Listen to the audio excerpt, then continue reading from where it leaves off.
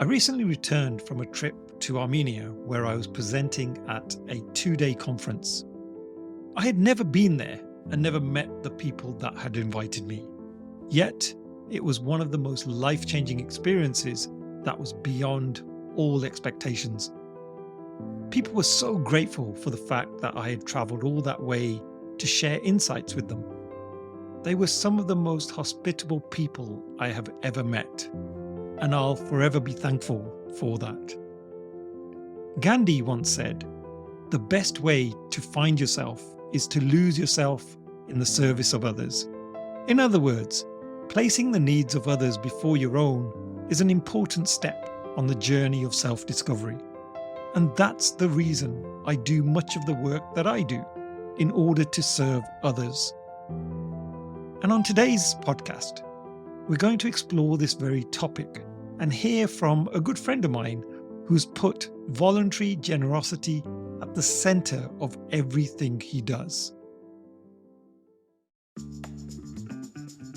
From the city of Peaky Blinders, Birmingham, England, I would like to introduce you to Paddy Dhanda.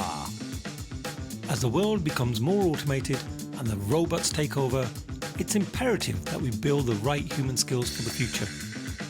So pull up a chair, grab a samosa or two, and make yourself very uncomfortable. Dear friend, welcome to another episode of the Superpower School Podcast. I'm your host, Paddy Dhanda, and on today's episode, I have somebody who has a passion for something I wish I could do much better, and he's an all-round, really nice, humble guy that I've been following on social media for a while now. In fact, I've probably been stalking him.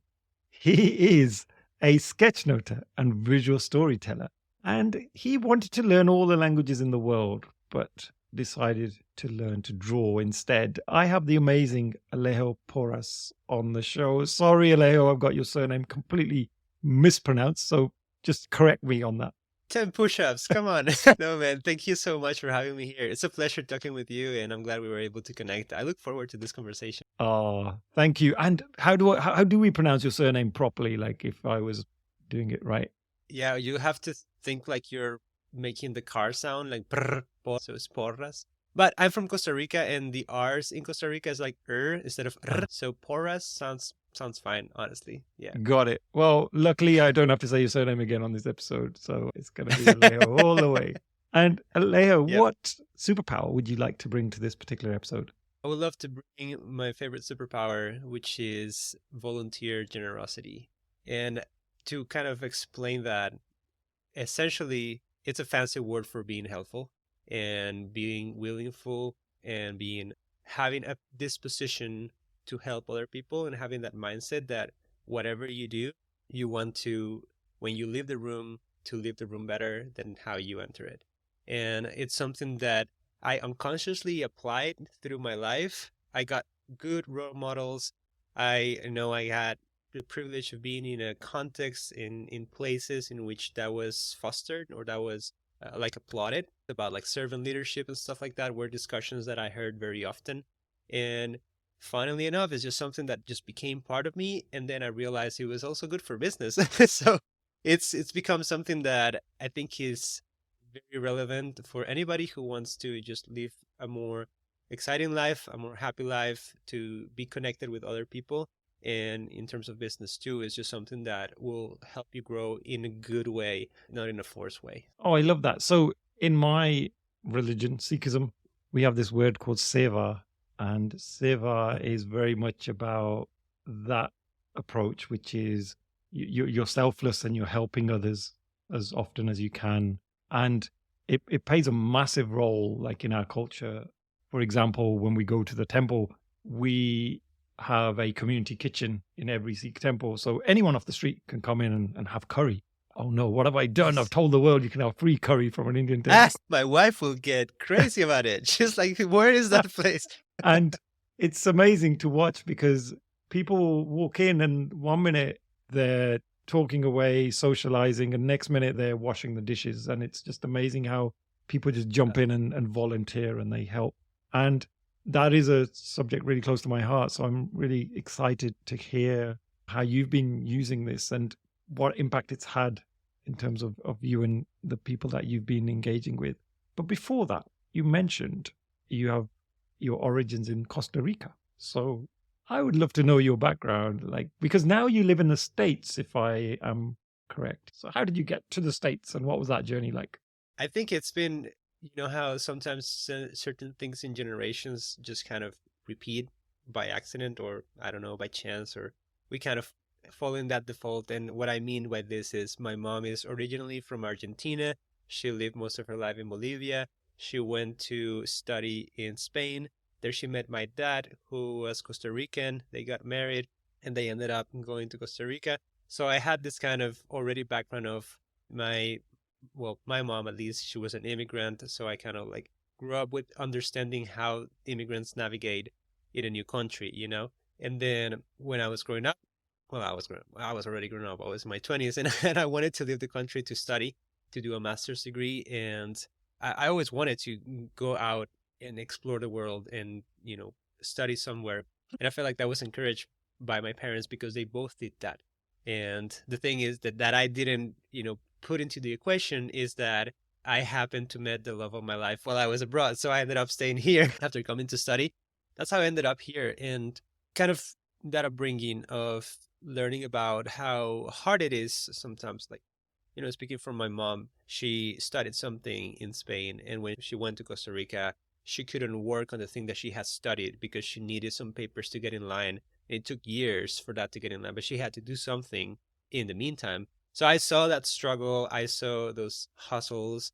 And I think that kind of got ingrained in me that when she encountered people that gave her grace, that was a blessing for me too, even though they were like helping her, and they were of course helping me. And from the spirit of like doing things and also the generosity of other people, I think something in it just got stuck in me. I also got involved in church life a lot, and I was leading youth groups. And part of that dynamic was essentially like, I didn't like, and I come from like a Christian church sort of thing, but I didn't like the concept of professional Christians, like pastors that need to, like, that are paid. That's their profession. Like, I never resonated with that. So everything that I did in that space was always voluntary. And I was a volunteer for 10 plus years. I'm an only child, but I'm more like a shy extrovert, if that makes any sense. Extrovert in the sense of I get energy from people, but I'm not necessarily the life of the party if I'm in a social situation. I just enjoy being around people, and I'm an only child. So going to new places was always weird to me because I didn't take the initiative to talk to people. And there was like more popular, noisy people around. And I always felt like, like I wanted to connect, but I couldn't. And there was nobody who would come and just bridge that. I want to help people avoid the feeling that I felt when I used to go to other groups in which I felt left out. So that was just kind of helping myself through others in a way, and evolved eventually into, this is actually nice. Like helping people, some people who would be like, oh, thank you. I was feeling so awkward and now I'm a place. And then somebody who would eventually start to open up and say, my background in my family, it's like wrecked, and things in my school are not going well. But when I come here and I talk with you guys, and the rest of the kids there, it's like I'm free, I can open and be myself. And that is very rewarding. So I feel like I was doing something good. And if I was doing an impact, I wanted to do it better. And then I started volunteering more and more and more and more to learn how to do things, to the point that by the time I left that church and I left the country, like at that moment, simultaneously, when I was trying to get the funds for my master's degree, through some people of a work that I had, I got an opportunity to be in a marketing campaign, advertising campaign for a phone company in Costa Rica. So my face was on billboards and on bus stops and on TV, on ad commercials. And part of that was to help me. It was about like help Alejo accomplish his dream, and he will draw your dream so you can accomplish yours. So it was an interesting initiative, but I got like 4 times more funding from the small group from church, who were people who knew me, just because I had poured out for so long into them, and it was not something that, of course, it was not planned. I wasn't expecting that from them, but they were, you have been here all these years helping us out. How could we not? And that reciprocity is something that I wasn't expecting, but I was so overwhelmingly grateful for it.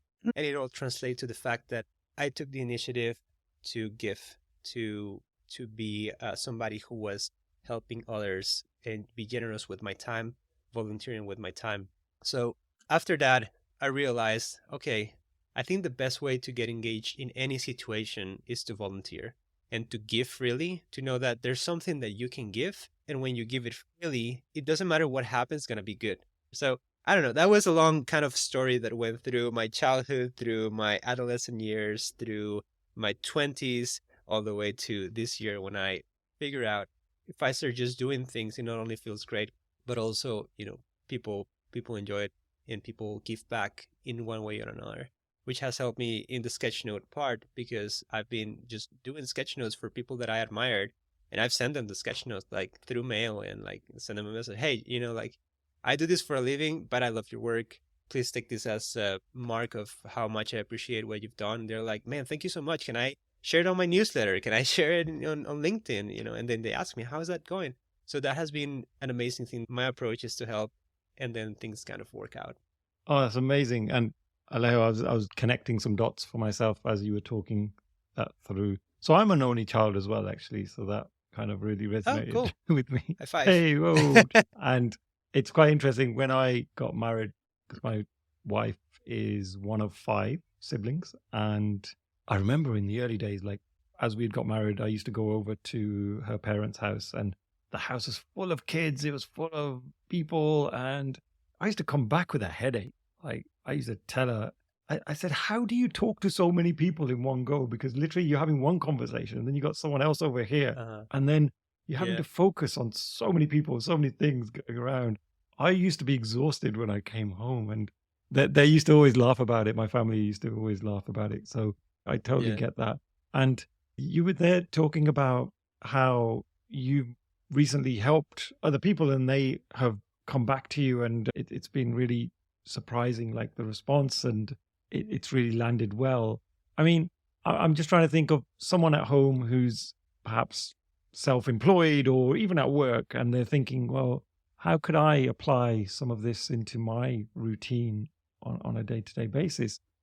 I mean, you do sketch notes, and what a gift to give someone, right? To give them something you've handcrafted, something that you've spent time and effort on. What kind of generosity could other people offer that would give them a similar result? Yeah, that's an interesting question. So if it's not tangible, like visible, something that you can give to others as a crafted thing, I think it's acts and words go a long way for sure. I think generosity is not necessarily a thing that you do once, is a habit that you develop. Just like being generous comes from an understanding that you have something to give and something that can help others. So the question behind that becomes, what are people struggling with that I can help them with? What are the pain points that this person is experiencing that I have some knowledge that could serve them? Or in general, is this person going through a tough time, and is there something I can do to cheer them up? The easiest way to kind of do that is, for me at least, what I have experienced is getting involved in volunteering opportunities. Churches in general are great, like any religious space I think is great for that, because it's based on the notion that you're going there to serve. So those humble opportunities in which you're there just to be helpful, I think it's great to take advantage of, in the sense of like the practice that you give for that. It's a good opportunity for you to practice that habit of volunteering and generosity. Apart from that, if what you do in general in your work has to do with a kind of service, then it's pretty easy, in the sense of like that service should be helpful. Like that's the whole point, And I tell my son this all the time.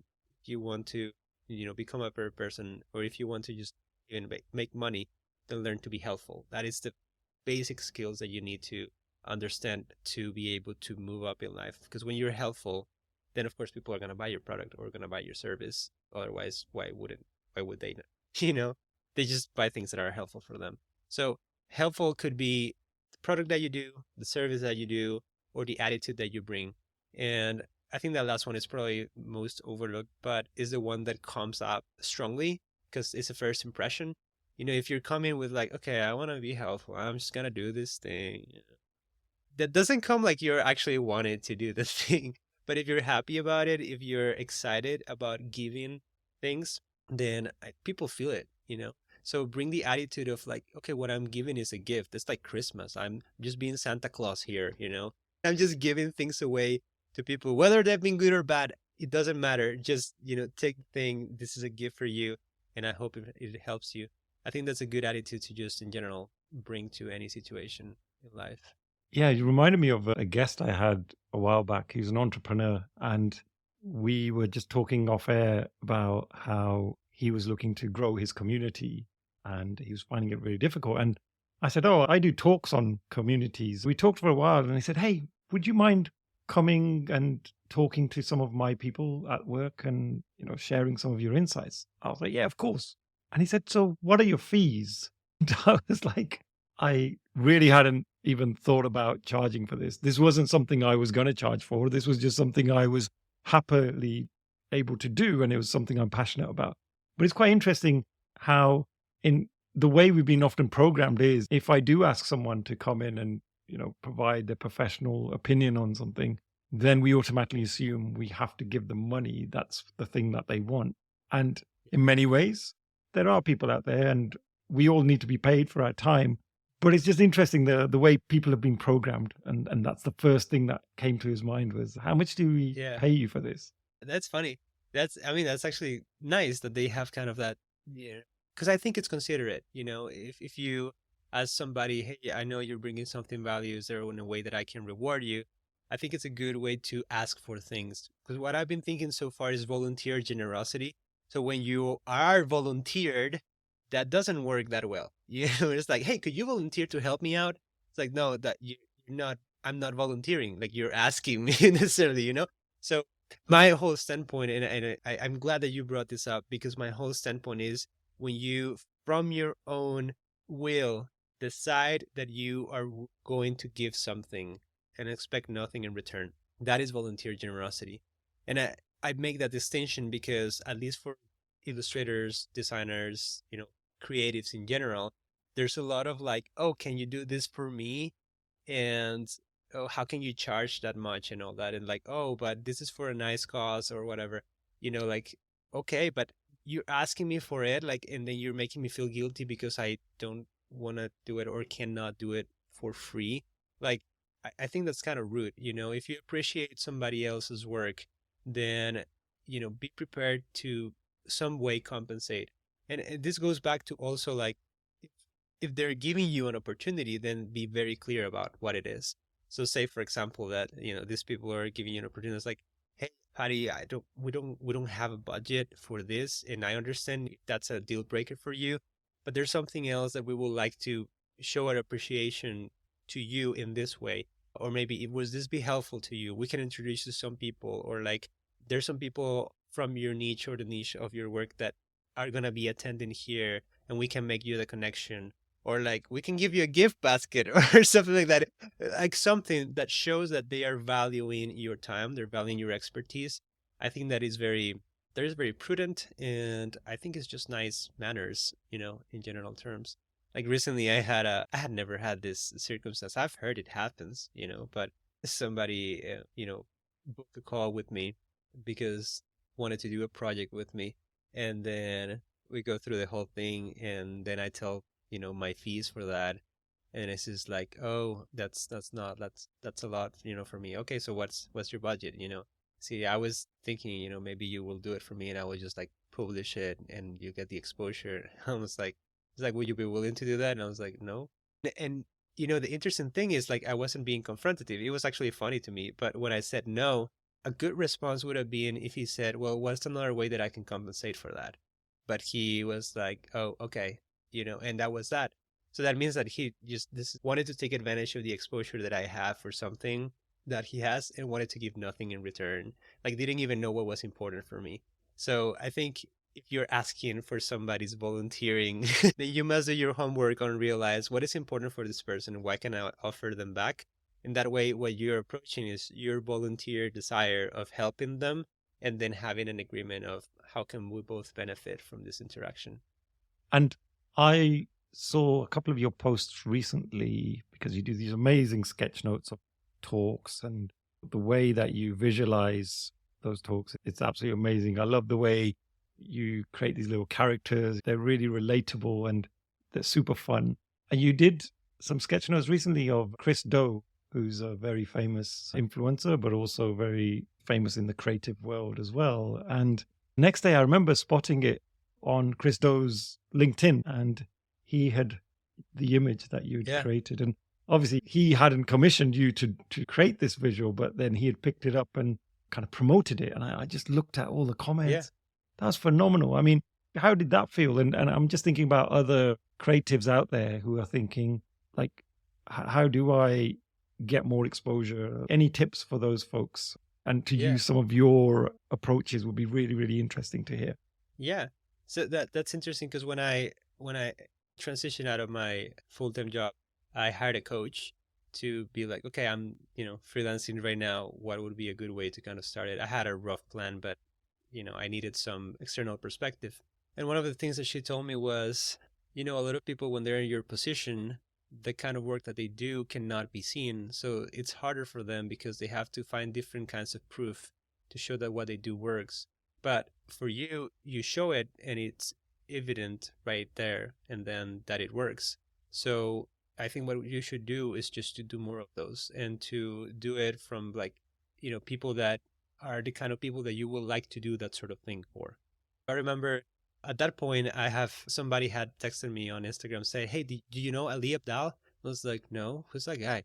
And then he sent me the links and all that. I was like, oh, just good stuff. And he said, yeah, he's looking for sketchnoters. He's looking to hire sketchnoters. I was like, oh, cool. So I went and I applied and the whole thing. I never heard back. He probably got 7 million thousand applications and all that. It's because he wanted to do sketches for his podcast. And I was like, oh, that's interesting. Doing sketches for podcasts. Maybe something that I could do, and maybe I'll just do one and kind of show, hey, this is what I do. If you like my style, if it resonates with what you're looking for, then we could work together. That would be a good, possibility.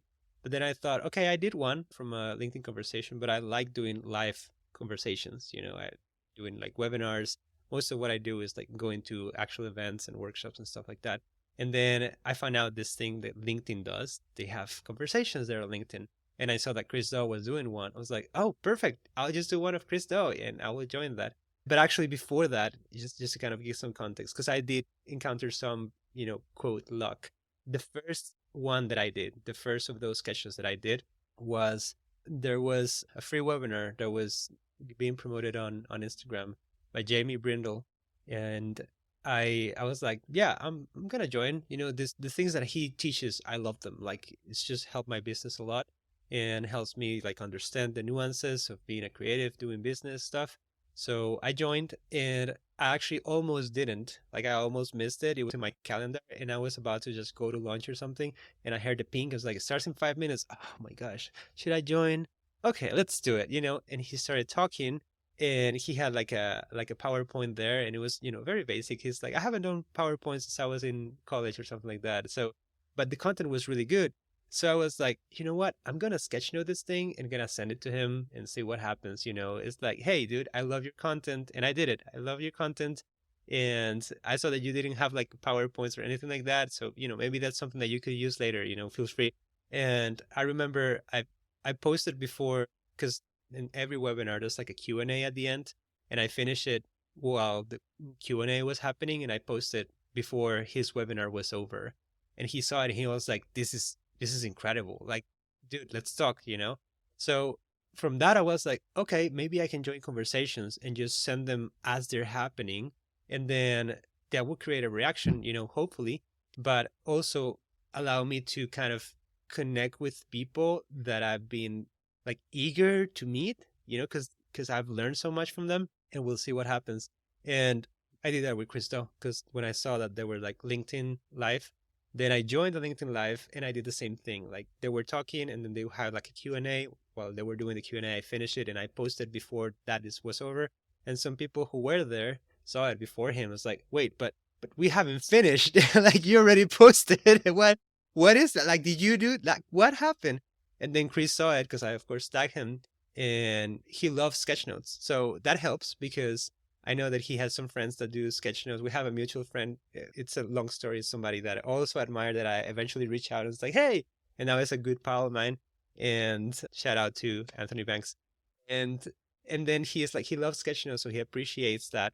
So it was easy for him to share in general. From my perspective, like he just loves sketch notes and he just wanted to share them.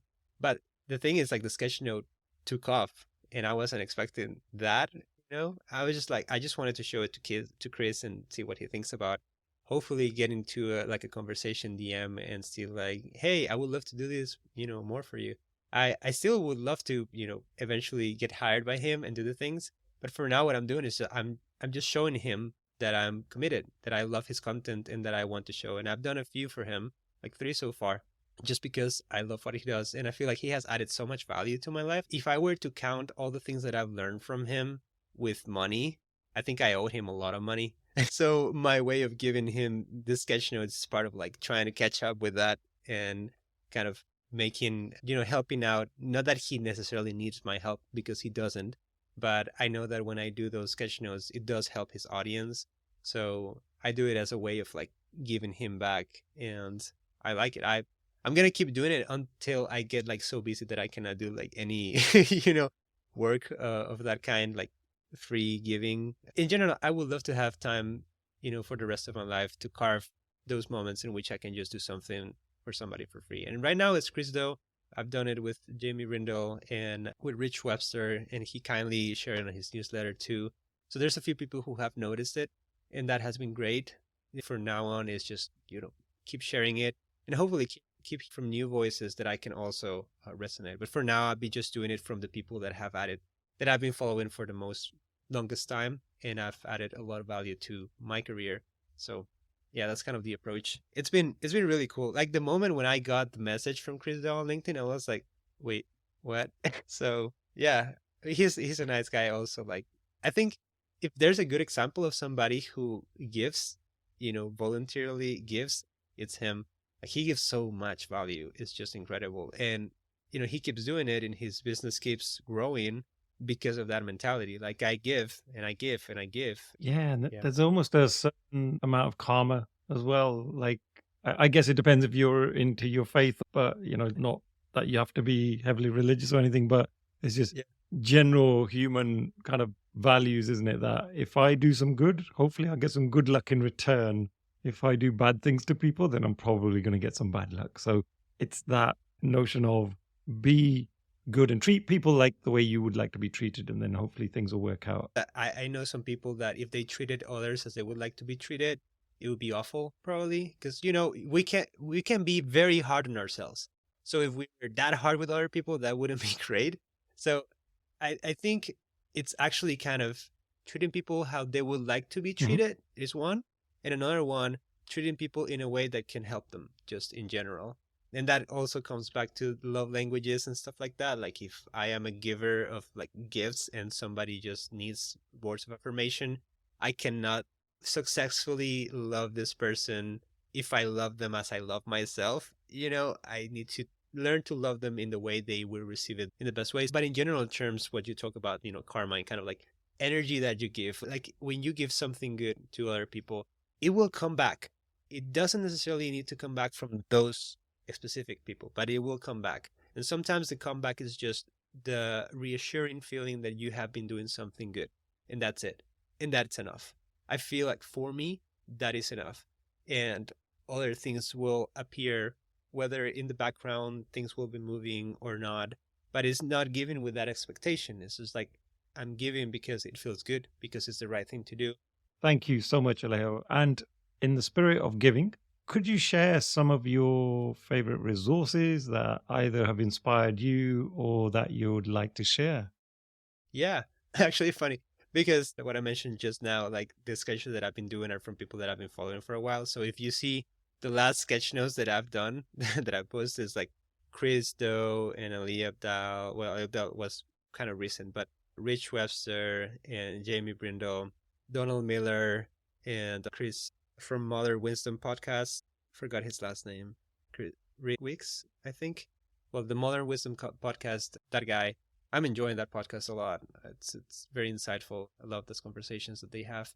So those are the main ones. Oh, Alex Ramosi, of course. There's a lot of value that he brings, a lot of good stuff that I've been learning from him.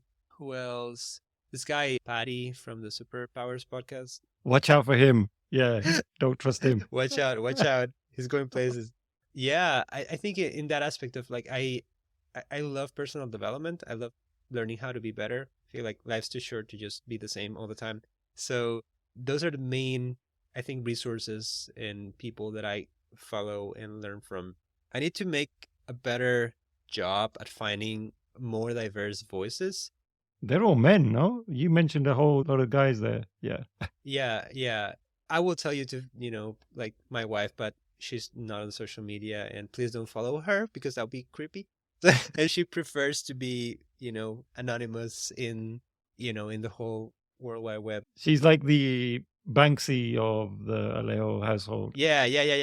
Yes. But she is definitely an inspiration for me and my mom too, because I have learned a lot from her.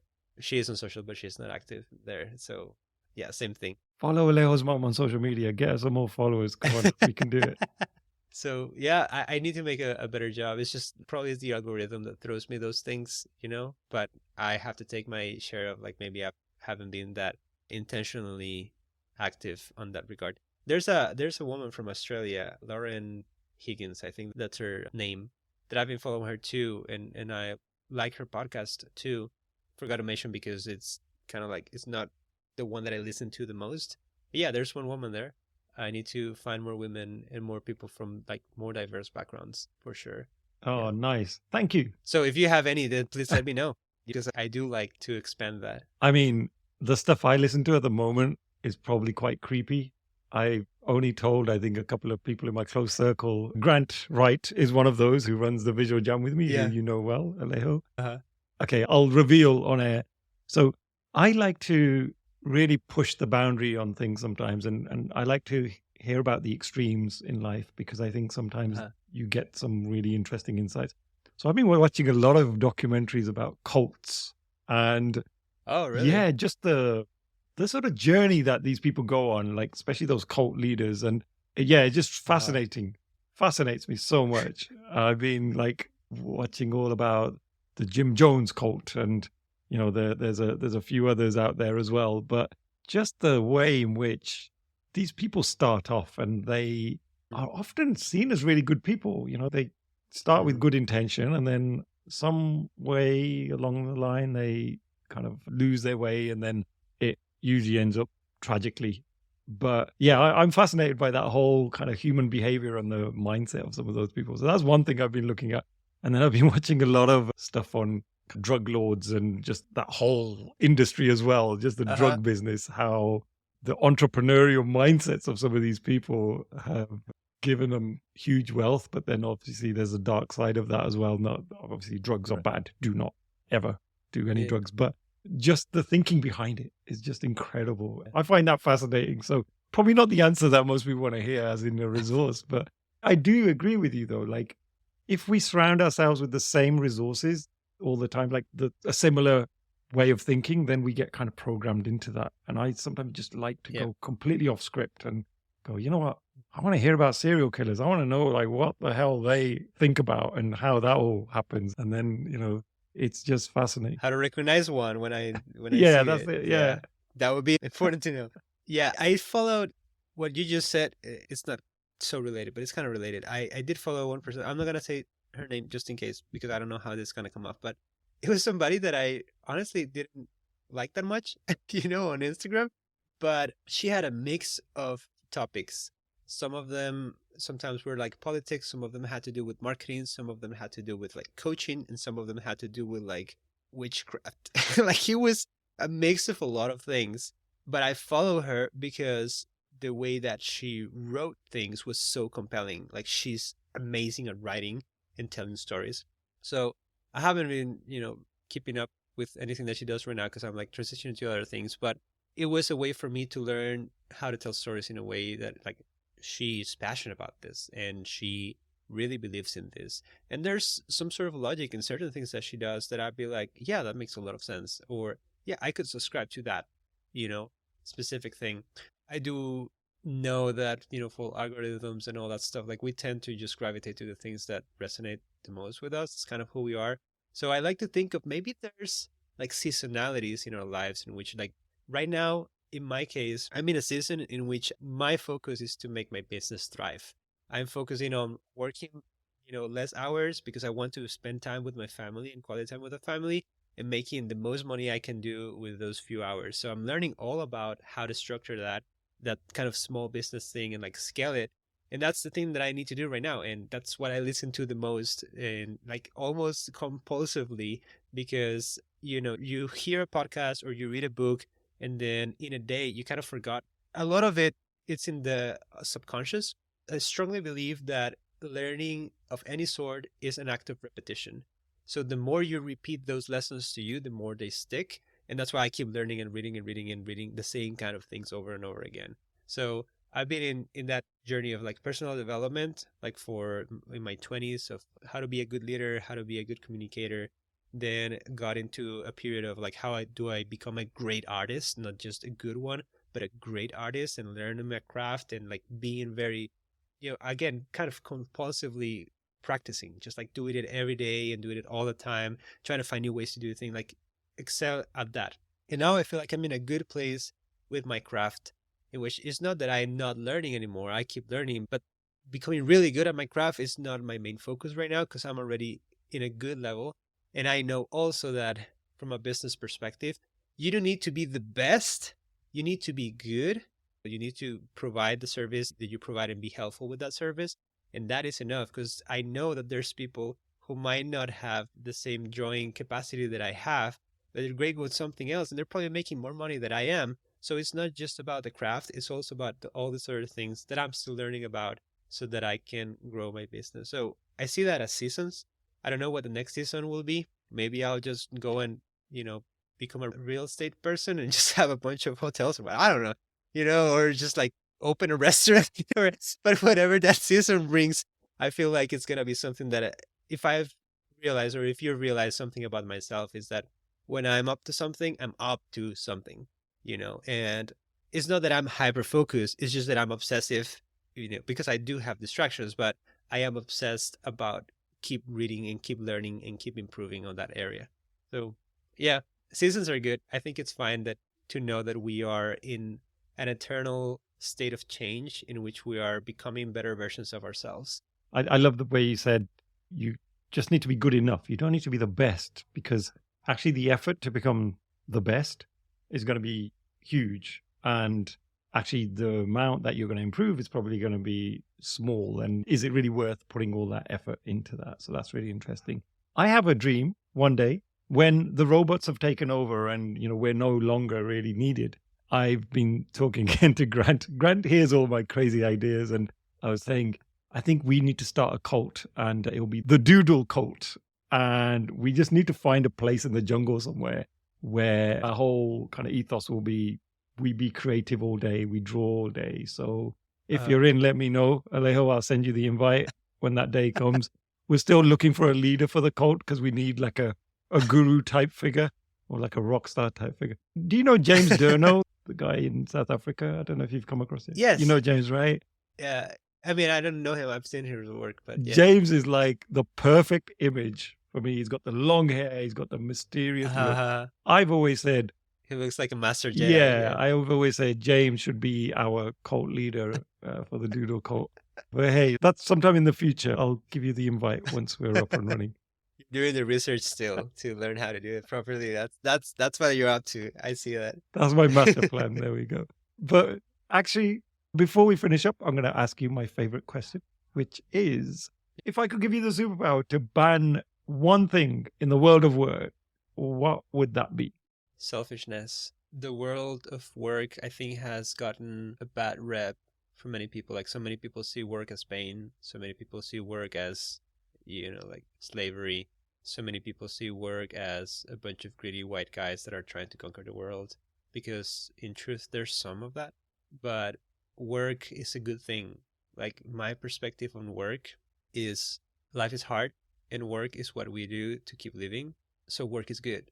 work is something that gets the best of us. And honestly, without work, kind of your cult scares me a little bit, not for what you think, but because of the fact of like the machines have done everything for us and now we have to do nothing. That scares me more than anything, because without the ability of or the possibility of doing something that is challenging, humans lose their sense of purpose and they lose self-esteem, and we lose every sense of like what's this for, like what is it.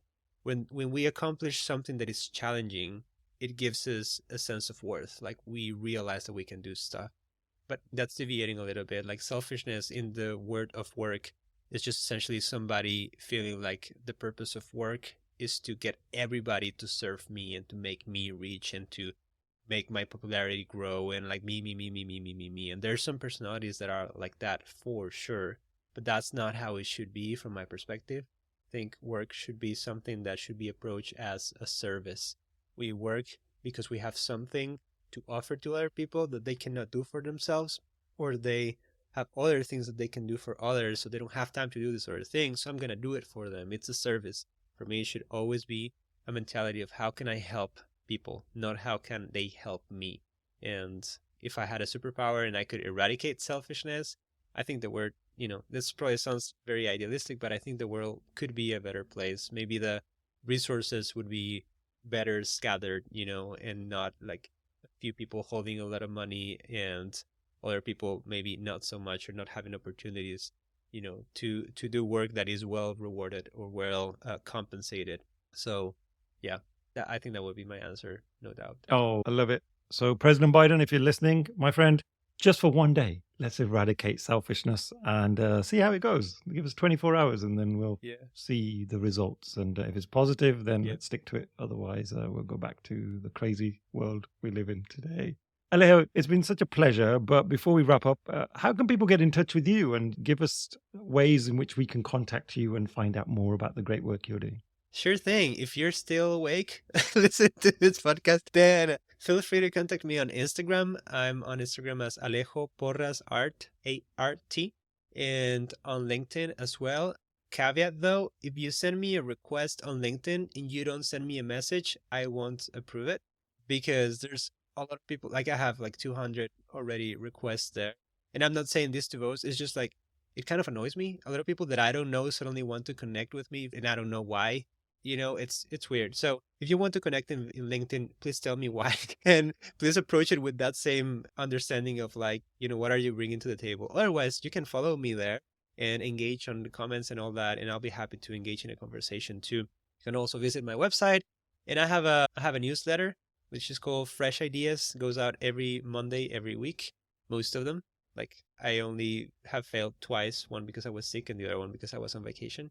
But for the most part, every week I send tips for creative people, creative professionals, in things about mindset, things about how to manage your business as a creative, because we know that doesn't come so natural to us. And things about productivity as well. So I love to share all those topics. Instagram is my neighborhood where I live, and LinkedIn is downtown where I go to work.